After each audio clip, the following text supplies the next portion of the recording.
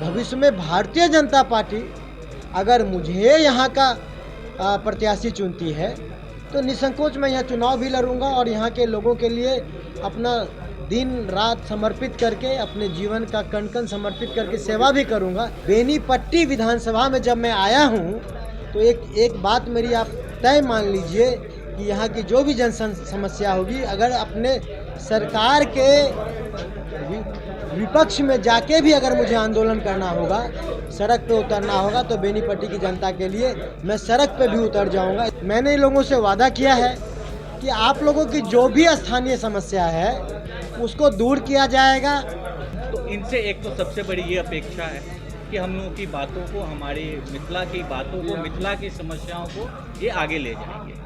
देखिए, ये जो चांदपुरा गांव है, पहले तो बेनीपट्टी ही ज्ञान की धरती रही है। बेनीपट्टी मिथिला का हृदय स्थली है और साक्षात सिद्धपीठ भगवती का स्थान भी है। निश्चित तौर पे सबसे पहले मेरे लिए यह बहुत ही सौभाग्य और गर्व का विषय है कि चांदपुरा के लोगों ने, मैंने इन लोगों से आग्रह किया था, कई बार मेरे संज्ञान में आया कि चांदपुरा के लोग जो हैं वो कांग्रेसी माइंडेड है। मेरे दिमाग में एक विषय आया कि जब सारा दुनिया मोदी के साथ चल रहा है, मोदी जी के साथ चल रहा है, हम लोग तीसरी आर्थिक शक्ति, विश्व की तीसरी आर्थिक शक्ति होने जा रहे हैं, तो क्यों चांदपुरा जैसा भव्य गांव इस यज्ञ के आहुति से पीछे रहे। मैंने यहाँ अपने कई मित्र बंधुओं से संपर्क किया तो मुझे मिला कि चांदपुरा के लोग भी देश के विकास में और नरेंद्र मोदी जी के साथ में चलना तो चाहते हैं, लेकिन खुद को उपेक्षित महसूस कर रहे हैं किसी न किसी कारण से। कांग्रेस का जो, देखिए, मनुष्य एक राजनीतिक प्राणी तो है, किसी न किसी लोकतंत्र में व्यक्ति किसी न किसी खेमे में, किसी न किसी दल में, किसी न किसी समुदाय में रहेगा ही रहेगा। कांग्रेस में थे, किसी ने शायद ईमानदारी से यह प्रयास नहीं किया कि चांदपुरा के लोगों की बात को ध्यानपूर्वक सुने, वो क्या कहना चाहते हैं उनको सुने और उनको भी भाजपा के साथ जोड़े। जबकि यहाँ के युवाओं ने बड़ी मजबूती से मुझे कहा कि भैया हम लोग तो भाजपा को वोट देना चाहते हैं, कोई आता नहीं है हमारे पास। तो मैं आज आया हूँ, मैंने लोगों से वादा किया है कि आप लोगों की जो भी स्थानीय समस्या है उसको दूर किया जाएगा। आप हमारे जो सांसद अशोक यादव जी हैं वर्तमान में, और वो फिर प्रत्याशी भी हैं भाजपा की एनडीए के, उनको आप लोग पुनः वोट दीजिए। और आप लोग अशोक यादव को नहीं देना चाहते तो गजेंद्र झा को दीजिए। आपकी लड़ाई गजेंद्र झा लड़ेगा। जो भी इनकी समस्या है, रोड की समस्या है या कोई और समस्या है, देखिए रोड तो यहाँ तुरंत बनना चाहिए क्योंकि कृषि विश्वविद्यालय है यहाँ पे। निश्चित तौर पे चांदपुरा के लोगों को ही नहीं, बाहर से इस विद्यालय में पढ़ने वाले जो छात्र छात्राएं आती होंगी, जो शिक्षक होंगे, उनको भी परेशानी हो रही होगी।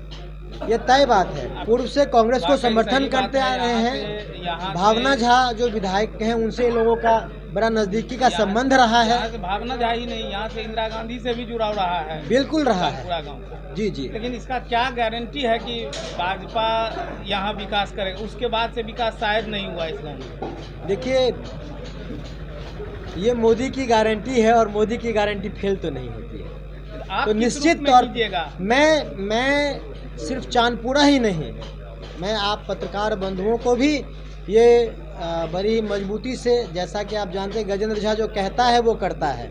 मैं अपनी बात से पीछे नहीं हटता, बेवाकी से अपनी बात को मैं रखता हूँ।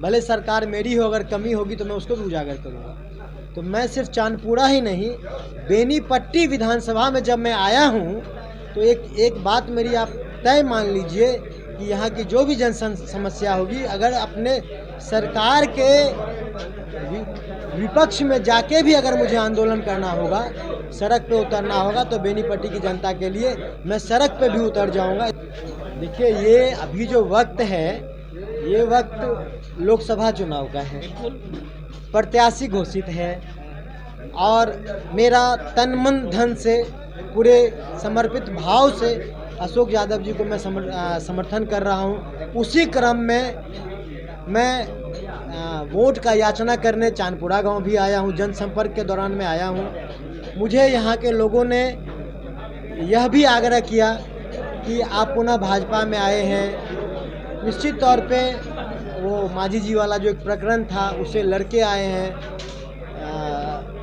माननीय उच्च न्यायालय ने आपको बरी किया है, तो हम आपको अभिनंदन करना चाहते हैं, सम्मानित भी करना चाहते हैं। जब कहीं पे आपको सम्मानित किया जाता है, आपका अभिनंदन किया जाता है, तो निश्चित तौर पे आपकी जो जिम्मेदारी है वो और अधिक बढ़ जाती है। तो इस क्रम में मेरी जिम्मेदारी निश्चित तौर पे ये फूलों का सिर्फ हार ही नहीं है, मुझे लगता है मेरे दायित्व का एक बड़ा सा बेरी भी मुझे पहना दिया गया है बेनीपट्टी की तरफ बोझ दिया गया है। तो निश्चित तौर पे यह लोकसभा का चुनाव है, अभी विधानसभा का चुनाव है नहीं है, लेकिन ये बात भी मैं आपको बड़े मजबूती तौर पे कहना चाहता हूँ, भविष्य में भारतीय जनता पार्टी अगर मुझे यहाँ का प्रत्याशी चुनती है तो निसंकोच मैं यह चुनाव भी लड़ूंगा और यहाँ के लोगों के लिए अपना दिन रात समर्पित करके, अपने जीवन का कण कण समर्पित करके सेवा भी करूंगा, इसमें कोई शंका भी नहीं है। लेकिन मुझे न चुन के अगर किसी और को भी चुनती है तो मैं उसका भी पार्टी की ओर से बिल्कुल मजबूती से समर्थन भी करूंगा।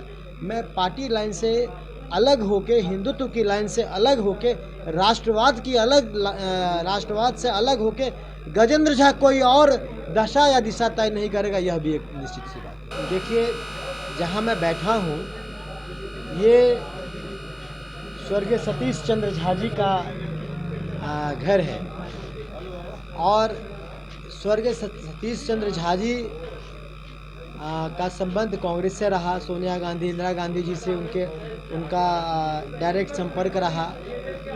प्रो वाइस चांसलर भी रहे संस्कृत विश्वविद्यालय के। इनके कार्यकाल में सबसे ज़्यादा पीएचडी करने का Guinness book of world record बना हुआ है। तो निश्चित तौर पे जब आपके गांव में कोई अगुआ किसी एक दल का हो जाता है तो पीछे के लोग समर्थन करने लगते हैं। सतीश चंद्र जी आगे बढ़े होंगे तो निश्चित तौर पे पूरा गांव कांग्रेसी हुआ होगा। आज उनके पुत्र हमारे साथ हैं, उनके भाई हमारे साथ हैं, तो ये तय मान लीजिए आप कि अब चांदपुरा का बच्चा भाजपा के साथ में है, नरेंद्र मोदी जी के साथ में है और जो भी यहाँ के प्रत्याशी हैं उनके साथ में है। माध्यम मैं जरूर बना हूँ, लेकिन दिल, मन और तन ये चांदपुरा के लोगों का निर्मल मन है। चांदपुरा के लोग ये भारत माता के साथ में हैं। चांदपुरा के लोग राष्ट्रवाद के साथ में हैं, हिंदुत्व के साथ में हैं। चांदपुरा के लोग तथाकथित टुकड़े टुकड़े गैंग के साथ में नहीं हैं। चांदपुरा के लोग फिरका परस्त लोग जो हैं उनके साथ में नहीं हैं। चांदपुरा के लोग देशद्रोहियों के साथ में नहीं हैं। ये आप मान के चलिए और नरेंद्र मोदी जी के कदम से कदम मिलाकर चांदपुरा का जन, चांदपुरा का कण कण, चांदपुरा का बच्चा, चांदपुरा का हर एक व्यक्ति उनके साथ में है। ये मैं विश्वास दिला रहा हूँ, ये चांदपुरा के लोग आपको विश्वास दिला रहे हैं। तो अगर भारतीय अशोक यादव लोकसभा से चयनित होंगे, मेरी शुभकामना है, वो जीतेंगे भी। ये मैं अग्रिम बधाई भी उनको दे रहा हूँ आप लोगों के माध्यम से। विधानसभा चुनाव आएगी, अगर मुझे चुना जाता है यहाँ से प्रत्याशी, निश्चित तौर पे मैं लड़ूंगा और यहाँ की जो समस्याएं हैं, निश्चित तौर पे एक विधायक कोई भी हो, अभी भी यहाँ से भाजपा का ही विधायक है और मुझे लगता है जहाँ तक विनोद नारायण झा जी हैं, समस्याओं को मजबूती से रखते रहे हैं।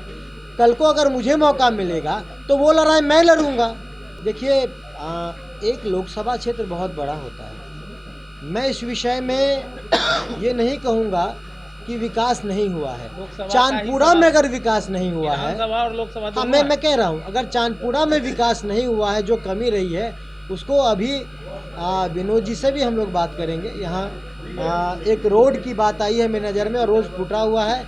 मैं अभी विनोद नारायण झा जी से, जो हमारे विधायक हैं, उनसे मैं आग्रह करूंगा, बात करूंगा यहाँ से, और ये रोड मैं कोशिश करूंगा कि अगला विधानसभा चुनाव आने से पहले यह रोड कम से कम बनना शुरू हो जाए। बिहार में अगर आप समझिए तो मैथिल ब्राह्मण बेसिकली हम ही लोग यहाँ से मिथिला से ही आते हैं, मधुबनी और दरभंगा से। और डॉक्टर मिश्रा, जगन्नाथ मिश्रा के बाद एक मिथिला का जो नाम होना चाहिए बाद में एक पॉलिटिशियन के द्वारा वो नहीं हो पाया। वो चीज़ काफ़ी उसके लिए हम लोग लैक किए कि मिथिला से कोई एक नेता होना चाहिए।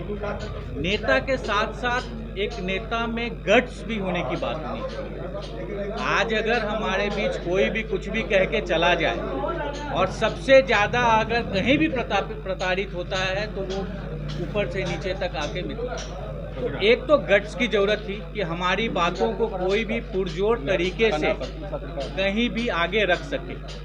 तो सबसे बड़ी बात तो गजेंद्र जी में वो कुवत है, वो गट्स है और वो हम लोगों के बीच के नेता है। तो इनसे एक तो सबसे बड़ी ये अपेक्षा है कि हम लोगों की बातों को, हमारी मिथिला की बातों को, मिथिला की समस्याओं को ये आगे ले जाएंगे। दूसरी बात, टाइम अभी ऐसा है, बीजेपी का टाइम है, उनका चल रहा है और उसको ये सपोर्ट कर रहे हैं और उसके साथ हैं, बीजेपी के साथ हैं, तो उसका भी हम लोगों को बेनिफिट मिलेगा।